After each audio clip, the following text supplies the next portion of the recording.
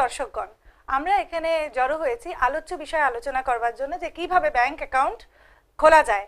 Savings bank account আমরা খুলব কোন পদ্ধতিতে সেটা আমরা এখানে ডিসকাস করব মানে আমরা এখানে আলোচনা করব কিছু কনভারসেশনের মাধ্যমে, কিছু আলাপ আলোচনার মাধ্যমে আমরা আপনাকে জানিয়ে দেব কিভাবে ব্যাংক অ্যাকাউন্ট খোলা যায়। যেমন opening a new saving account in a bank. আমরা যখন ব্যাংকে অ্যাকাউন্ট খুলতে যাব তখন আমাদের ব্যাংকে এক্সিকিউটিভ আমাদের স্বাগতম জানাবে। কিভাবে সেইগুলো আমরা দেখিনি।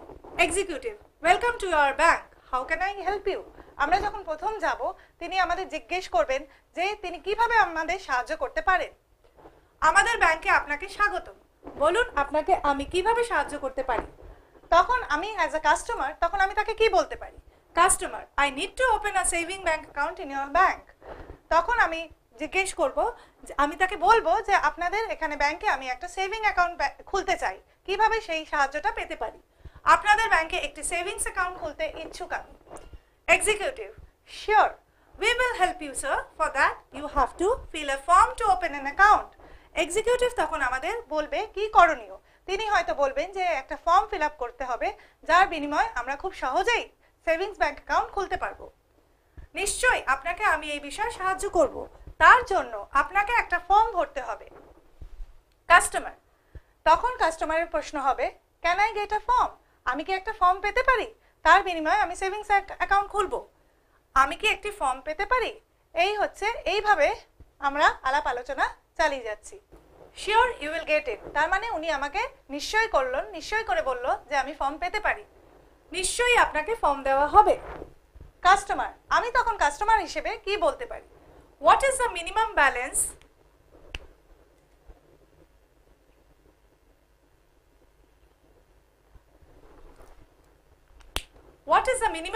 should I have to maintain?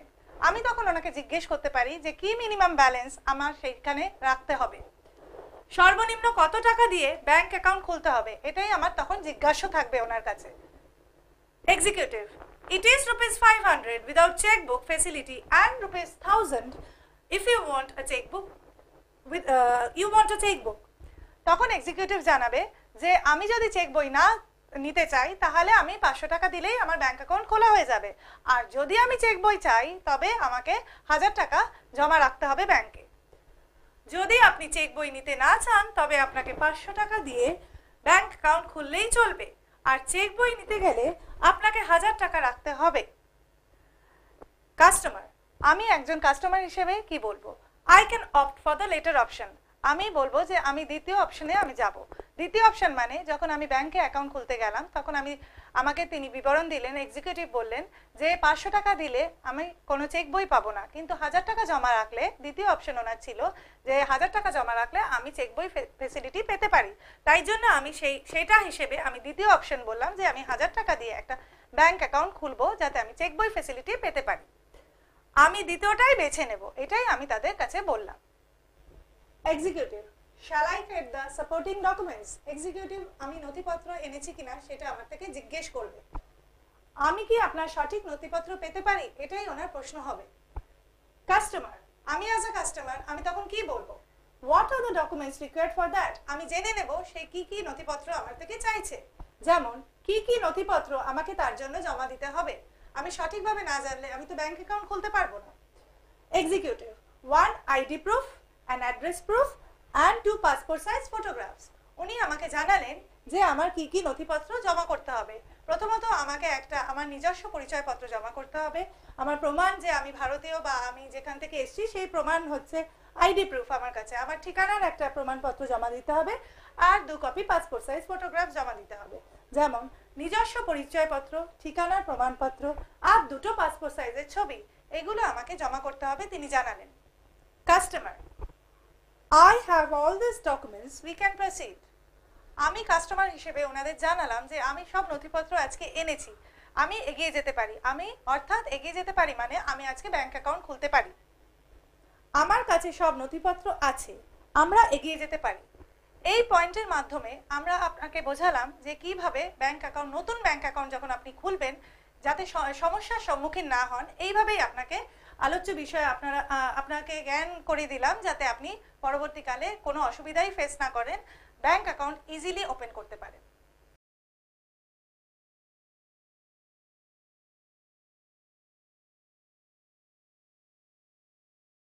Hello friends, আজকে আমি আপনাদের শেখাবো spoken English through Bengali.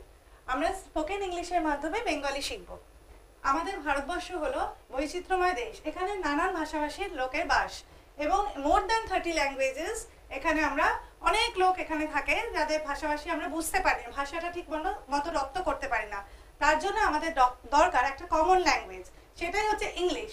ইংলিশকে internationally সবাই জানে, তার জন্য ইংলিশের মাধ্যমে আমরা নিজেদের মনের ভাব প্রকাশ করব, একে অপরকে বুঝতে শিখব। Come friends, let's go to a restaurant. দুই বন্ধুতে এখন টেলিফোনে কথা হচ্ছে। তাদের কথোপকথনের বিষয় হচ্ছে তারা একটা কোথাও মিট করবে এবং অনেকদিন বাদে সেই আলাপ আলোচনা তারা জারি রাখবে। তারা কিভাবে একটা রেস্টুরেন্টে মিট করবে সেই প্ল্যানটা, পরিকল্পনাটা তারা ফোনের মধ্যে সারছে। আসুন দেখা যাক কি করে তারা মিট করতে চায় দুজনে দুজনকে। Friend 1, hi, how are you? We didn't meet for long time. Shall we meet at a restaurant today? Are you free?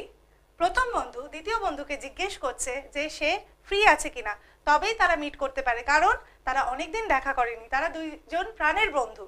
দেখি কি বলছে। হাই, তুমি কেমন আছো? আমাদের অনেকদিন ধরে দেখা হয় না। চলো আমরা আজ একটা রেস্তোরাঁতে যাই। তুমি কি আজ ফাঁকা আছো? ফ্রেন্ড 2 কি বলছে দেখুন। Great idea. এটাই ইংলিশের একটা অ্যাডভান্টেজ। তার মানে এই দুটো কথাতেই আমরা কিন্তু পুরো মনের ভাব এবং উত্তরটা আমি কিন্তু আমার বন্ধুকে দিতে পারি। এই দুটো ওয়ার্ড বলেই আমরা কিন্তু পুরো সেন্টেন্স আমি কমপ্লিট করতে পারি। যেমন দারুণ বুদ্ধি। Friend 1, okay, I will book a table for us. Any cuisine you prefer? তার মানে কুইজিন মানে হচ্ছে অনেক ভ্যারাইটি অফ ফুড আমাদের এখানে অ্যাভেলেবেল। আমাদের এখানে অনেক বিভিন্ন প্রকারের ফুড আমাদের এখানে খাবার দাবার পাওয়া যায়। কুইজিন মানে মুঘল হতে পারে, মোগলাই খানা হতে পারে, সেটা তন্দুরি হতে পারে, সেটা চাইনিজ হতে পারে। যেমন ঠিক আছে, আমি আমাদের জন্য একটি টেবিল বুক করছি। তুমি কোনটা পছন্দ করছো? ফ্রেন্ড 2 তার প্রত্যুত্তরে তার জবাবে কি জবাব দিল দেখুন। We can go for Chinese. Say Chinese পছন্দ করে, চাইনিজ খানা তার খুব পছন্দ, তাই সে বলল যে আমরা চাইনিজ রেস্টুরেন্টে যেতে পারি। Friend 1, I will book a table at mainland China. তখন এখানে আমাদের মেইনল্যান্ড চায়না একটা ফেমাস রেস্তোরাঁ, সেইখানে ও বলল যে ও মেইনল্যান্ড চায়নাতে একটা টেবিল বুক করবে। আমি মেইনল্যান্ড চায়নাতে একটা টেবিল বুক করছি। Friend 2, perfect. দেখুন, আগে আপনাদের বলেছিলাম যে দুটো ওয়ার্ডে কিরকম একটা বাক্য শেষ করা যায় ইংরেজিতে, তেমনি দেখুন একটা ওয়ার্ডেও আমি বাক্যটা শেষ করলাম, পারফেক্ট, মানে ঠিক আছে। দুই বন্ধুতে অনেকদিন বাদে দেখা হলো। তারা রেস্তোরাঁর ভেতরে প্রবেশ করলো। প্রবেশ করে এবার দেখি ভেতরে তারা কি কথোপকথন জারি রাখে। ফ্রেন্ড 1 ফ্রেন্ড 2 কে জিজ্ঞেস করলো, দেখুন কি জিজ্ঞেস করলো, what do you want to have? তার মানে কি তুমি কি নিতে চাও, সে তার দ্বিতীয় বন্ধুকে জিজ্ঞেস করলো। এবার দ্বিতীয় বন্ধু দেখি আসি যে কি জবাব দেয়। দ্বিতীয় বন্ধু জবাব দিল সে মেনুর চার্টটা একবার দেখতে চায়। Let's see the menu. Friend 2 জবাবে কি বললো ফ্রেন্ড 1 এর, যে লেটস সি দ্য মেনু। তার মানে কি? তার মানে হলো চলো আমরা খাবারের তালিকাটা একবার দেখে নিই। এবার আরেকজন ব্যক্তি প্রবেশ করলো, সে হলো ওয়েটার। ওয়েটার মানে যে খাবারের অর্ডার নিতে আসে। এবার দেখি ওয়েটার কি বলে। ওয়েটার খাবারের অর্ডার নিতে এলো। সে জিজ্ঞেস করলো, may I help you sir? What do you like to have? Waiter এসে জিজ্ঞেস করলো তাদের সে কিভাবে সাহায্য করবে তাদের এবং তারা কি খাবার পছন্দ করবে। তার প্রত্যুত্তরে, না, আমি আপনাকে কিভাবে সাহায্য করতে পারি, আপনারা কি নিতে পছন্দ করবেন, এইটা ওয়েটারের প্রশ্ন ছিল তাদের কাছে। তখন বন্ধু ফ্রেন্ড 1 কি বলবে দেখুন। What special menu do you have today? Friend 1 এর জিজ্ঞাসা থাকবে কি স্পেশাল মেনু সেই রেস্তোরাঁতে সেদিন তৈরি হয়েছে। তার মানে কি আজকে আপনাদের স্পেশাল মেনু কি? ফ্রেন্ড 1 ওয়েটারকে জিজ্ঞেস করলো কি দেখুন, what special menu do you have today? তার মানে কি, তার অর্থ কি দেখুন, আজকে আপনাদের স্পেশাল মেনু কি। তার মানে রেস্তোরাঁতে স্পেশাল মেনু কি আছে সেটা ফ্রেন্ড 1 ওয়েটারের কাছে আজকে জানতে চাইলো। ওয়েটার তখন তাদের জানালো যে তাদের আজকে স্পেশাল মেনু হচ্ছে mainland chicken. Hour today special dish is mainland chicken. আমাদের আজকে স্পেশাল খাবার হলো মেইনল্যান্ড চিকেন। তখন বন্ধু 1 মানে ফ্রেন্ড 1 ফ্রেন্ড 2 কে জিজ্ঞেস করবে কি দেখুন। Friend 1, what do you like to have? তার মানে সে তার বন্ধুকে জিজ্ঞেস করছে তুমি কি পছন্দ করবে নিতে? ফ্রেন্ড 2 তার জবাবে কি দেয় দেখুন। Friend 2, I would like to have fried rice. তখন ফ্রেন্ড 2 জানাবে ফ্রেন্ড 1 কে যে আমি ফ্রাইড রাইস নিতে পছন্দ করব। ফ্রেন্ড 1 এবার ওয়েটারকে অর্ডার দেবে। কিভাবে অর্ডার দেবে এবার দেখুন। Please give us 2 fried rice and 1 today special. Friend 1 ওয়েটারকে কি অর্ডার দিল দেখুন, আমরা বাংলায় পড়ি। আমাদের 2 প্লেট ফ্রাইড রাইস আর আজকে special menu mainland chicken 1 plate দেবেন। ফ্রেন্ড 2 তখন ওয়েটারকে কি বলে শুনুন। ফ্রেন্ড 2, মেক ইট ফাস্ট, মানে যত তাড়াতাড়ি সম্ভব তাদের খাবারটা পরিবেশন করা হোক। তার মানে দেখুন ইংরেজিতে দুটি দিয়েও সেন্টেন্স তৈরি হচ্ছে, দুটি অক্ষর দিয়েও শব্দ দিয়েও সেন্টেন্স তৈরি হচ্ছে। তেমনি দেখুন তিনটে দিয়েও আমরা সেন্টেন্স তৈরি করতে পারছি, যেমন মেক একটা, ইট একটা, ফাস্ট। তার মানে কটা শব্দ হলো? তিনটি দিয়ে আমরা বাক্য শেষ করতে পারছি। তার মানে মেক ইট ফাস্ট মানে কি, যত তাড়াতাড়ি সম্ভব খাবারটি দিয়ে যাও। তাদের খাবার খাওয়া শেষ, এবার তারা মিষ্টি খাবার অর্ডার করবে। এবার দেখুন তারা ওয়েটার এসে জিজ্ঞেস করছে যে কি তারা মিষ্টি খাবার খেতে চায়। তো এবার দেখুন waiter, would you like to have some dessert sir? এদিকে দেখুন ডেজার্ট কথাটার মানে কি আমি আপনাকে বুঝিয়ে দিচ্ছি। ডেজার্ট মানে মিষ্টি খাবার, সেটা আইসক্রিমও হতে পারে, সেটা মিষ্টিও হতে পারে, কি কোল্ড ড্রিঙ্কসও হতে পারে। তার মানে ওয়েটার তাদের জিজ্ঞেস করলো যে would you like to have some dessert sir? আপনারা কি মিষ্টি খাবার পছন্দ করবেন? এবার প্রত্যুত্তরে ফ্রেন্ড 1 তখন জিজ্ঞেস করলো ফ্রেন্ড 2 কে যে shall we have ice cream? সে তার বন্ধু ফ্রেন্ড 2 কে জিজ্ঞেস করলো যে আমরা কি আইসক্রিম খেতে পারি, মানে কি আমরা কি আইসক্রিম নিতে পারি। খাবারের পর তারা তখন দুজনের মধ্যে কথোপকথন করে জিজ্ঞেস করছে যে তারা কি আইসক্রিম নিতে পারে। ফ্রেন্ড 2 তখন ফ্রেন্ড 2 জবাব দিল অর্ডার মি আ জুস, যে সে একটা জুস খেতে চায়। তার মানে কি আমার জন্য একটি ফলের রস বলে দাও। তখন ফ্রেন্ড 1 কি বলবে? We can order a juice for both. তখন ফ্রেন্ড 1 ডিসাইড করবে যে তারা দুজনের জন্য জুস অর্ডার করবে। দেখুন আমাদের দুজনের জন্যই ফলের রস আনতে পারো। সে ফ্রেন্ড 1 ওয়েটারকে কি বলবে? দেখুন আমাদের দুজনের জন্যই ফলের রস আনতে পারো, মানে তাদের জন্য দুজনের জন্যই ফলের রস অর্ডার দিল। এবার ফ্রেন্ড 1 খাবার শেষ, এবার বিলের পালা। দেখুন কি বলবে? Give me the bill. ওয়েটারকে সে অনুরোধ করছে তাকে বিল দেওয়ার জন্য, যেমন দয়া করে আমাকে বিলটা দিয়ে যাবেন, এটা তার অনুরোধ ওয়েটারের কাছে। এবার তাদের খাবার খাওয়া শেষ। আপনারা দেখলেন আমি এইভাবে পরপর করে আপনাদের বলে দিলাম যে কিভাবে একটা রেস্টুরেন্টে গিয়ে আপনারা খাবার খাবেন এবং খাবার অর্ডার করার পদ্ধতি দুই বন্ধুর মাধ্যমে আপনাদের সেটা পরিষ্কারভাবে বলে দিলাম। আমরা এই আলাপ আলোচনার মধ্যে দেখলাম যে প্রথমে দুই বন্ধু দেখানো হলো যে দুই বন্ধু অনেকদিন বাদে তাদের মানে তারা দেখা হয়েছে, সাক্ষাৎকার হয়েছে এবং তারা কিভাবে টেলিফোনে কথা বলেছে এবং তারা গিয়ে রেস্টুরেন্টে দেখা করেছে এবং রেস্টুরেন্টে খাবার খাওয়ার পরে কিভাবে তারা খাবার নিয়েছে এবং তারপরে বিল অবধি গেছে, খাবার শেষ করেছে, সেইটা আমরা আপনাদের তুলে ধরলাম। তার মানে জীবনে আমরা এইভাবে এগিয়ে যেতে পারি। রেস্টুরেন্টে খাবার খাবো যখন, তখন এইভাবেও আপনারা কথোপকথন চালিয়ে যেতে পারেন।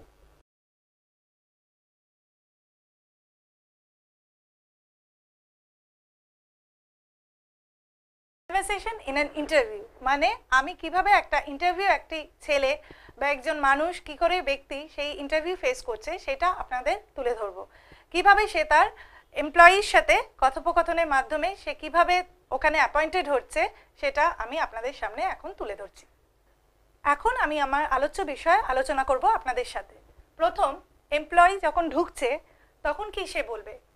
Employee, good morning sir, here are my testimonials. Testimonial মানে হচ্ছে সার্টিফিকেটস।